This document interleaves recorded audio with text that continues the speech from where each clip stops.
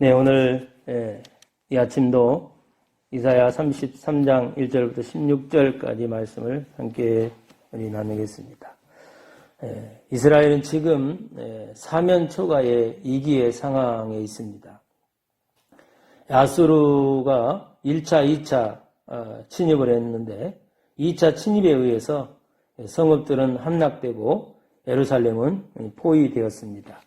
오늘 33장 1절 화 있을진저 너 학대를 당치 아니하고도 학대하며 속임을 입지 아니하고도 속이는 자여 네가 학대하기를 마치면 네가 학대를 당할 것이며 네가 속이기를 그치면 사람이 너를 속이리라. 7절 이하에 보라 그들의 용사가 밖에서 부르짖으며 평화의 사신들이 슬피 곡하며 대로가 항폐하여 행인이 끊치며 대적이 죄악을 파하고 성읍들을 멸시하며 사람을 생각지 아니하며 땅이 슬퍼하고 세잔하며 레바논은 부끄러워 마르고 사로는 사막과 같고 바산과 갈멜은 목욕을 떨어치는도다 라는 이 위기의 상황에 있습니다. 바로 이러한 상황에서 이사야는 하나님을 향한 기도의 무릎을 꿇고 있습니다. 이사야의 기도는 오늘 2절 말씀에 여호와여 우리에게 은혜를 베푸소서 우리가 주를 앙망하오니 주는 아침마다 우리의 팔이 되시며 환난 때에 우리의 구원이 되소서라고 기도하고 있습니다. 학대와 속이는 자인 아수르가 보일수록 이사야는 그것을 기도로 하나님 앞에 나아가고 있는 모습을 봅니다. 이것이 우리가 믿는 자들의 어떻게 보면 영적인 공식 중에 가장 큰 우리의 힘이 됩니다.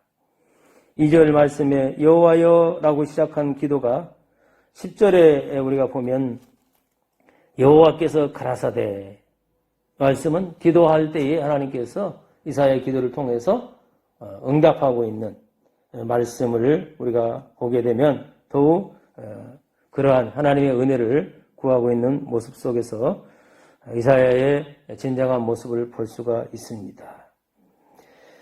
우리는 누구인가? 하나님의 살아계심을 믿는 그리스도인입니다. 그러므로 우리가 어떤 실패 앞에서도 용기를 주시는 하나님의 은혜를 믿어야 합니다. 하나님께서 내 안에 하시는 일을 오늘도 우리가 믿고 기도해야 합니다. 믿음으로 하나님의 능력을 받아들일 때만이 놀라운 하나님의 역사가 펼쳐지는 은혜를 우리가 보게 됩니다. 그러므로 우리는 이 일을 가능케 하시는 하나님의 은혜를 이 새벽에도 우리가 구해야 되겠습니다.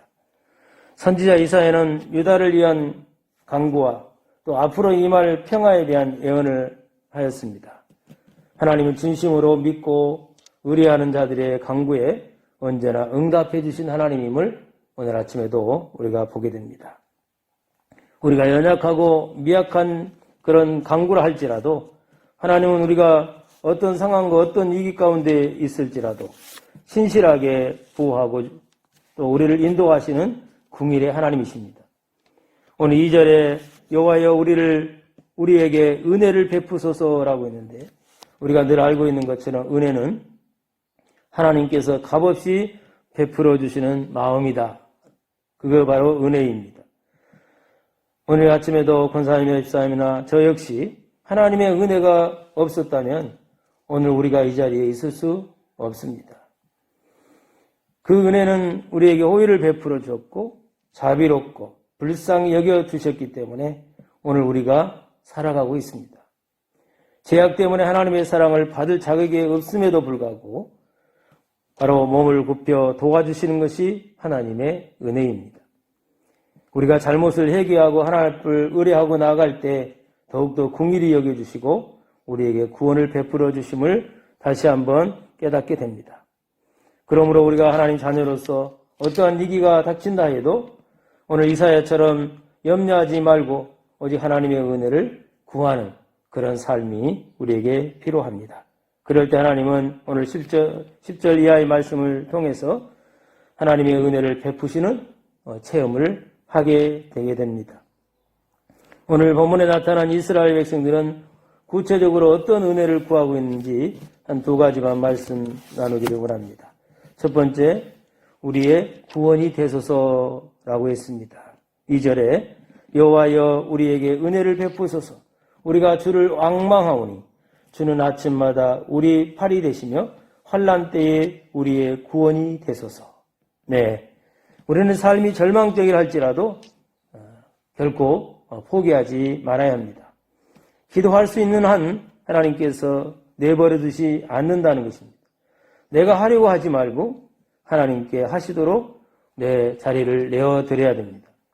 하나님의 구원을 믿는다면 반드시 그 구원을 우리는 보게 될 것입니다. 그러므로 두려워하지 말고 여호와께서 행하시는 구원을 보는 은혜가 임하는 그런 이 아침이 되기를 주의 이름으로 축복합니다. 구원은 전적으로 내가 잘나서가 아니라 이로부터 주어지는 은혜라고 있습니다. 즉 여호와를 바라보면 우리가 그 은혜는 시작이 됩니다. 사망의 삶에서 살아나서 하나님과 동행하는 삶, 또 그 생명을 누리는 그 은혜가 우리에게 필요합니다. 유다의 대부분 거민들은 하나님을 의지하기보다도 이미 우리가 말씀을 계속해서 묵상한 가운데 그들은 힘 있는 강대국들을, 특별히 애굽을 비롯한 세상의 세력을 더 의지했습니다. 즉 눈에 보이지 않는 하나님보다 눈에 보이는 강력한 나라, 또 말과 병거로 무장한 애굽을 더 믿었던 것을 주님이 지적하고 있습니다.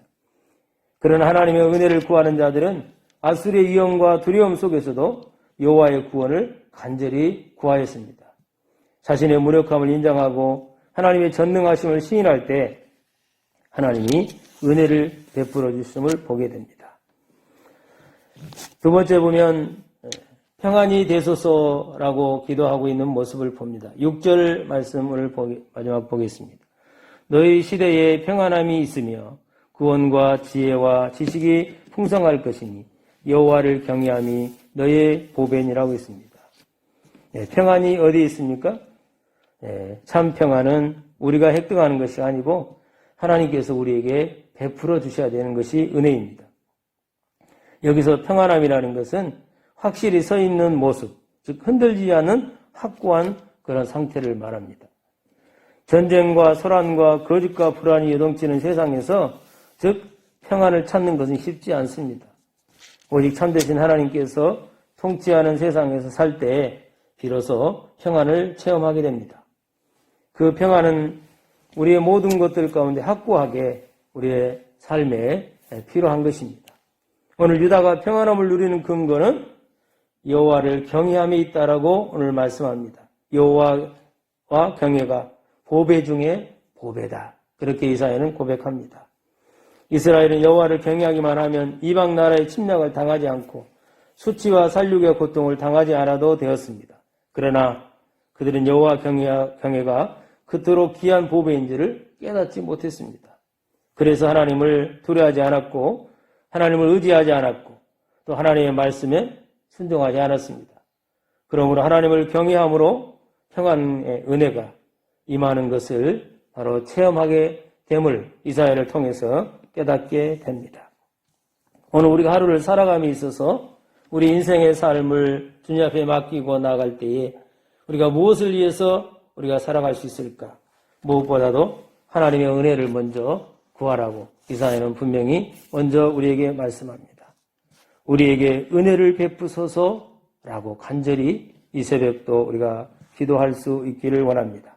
우리가 간구할 때 하나님께서 구원의 은혜를 베풀어 주시고 또 우리가 간구할 때 공의의 은혜를 베풀어 주시고 또한 평안의 은혜를 베풀어 주시는 하나님께 우리가 감사하면서 오늘 하루 또 삶이 여러 가지 어렵고 또 코로나로 인한 여러 가지 상황이 우리 삶이 무거울지라도 힘들지라도 우리의 믿음의 사람들은 오늘 이사야가 이 위기 속에 있는 풍전등화와 같은 이 삶의 현실 앞에서 하나님 앞에 기도로 나갔을 때 오늘 10절 이하의 말씀에 여호와께서 가라사대 내가 이제 일어나며 내가 이제 나를 높이며 이제 지극히 높이 우리니 그러면서 13절에 너희 먼 데 있는 자들아 너희 행한 것을 들으라 너희 가까이 있는 자들아 나의 권능을 알라. 아멘. 오늘도 우리에게 하나님의 권능이 임하는 그런 하루의 삶, 또 기도로 나갈 때 하나님 우리를 만나주시는 복된 귀한 아침 되기를 주의 이름으로 축복합니다. 아멘.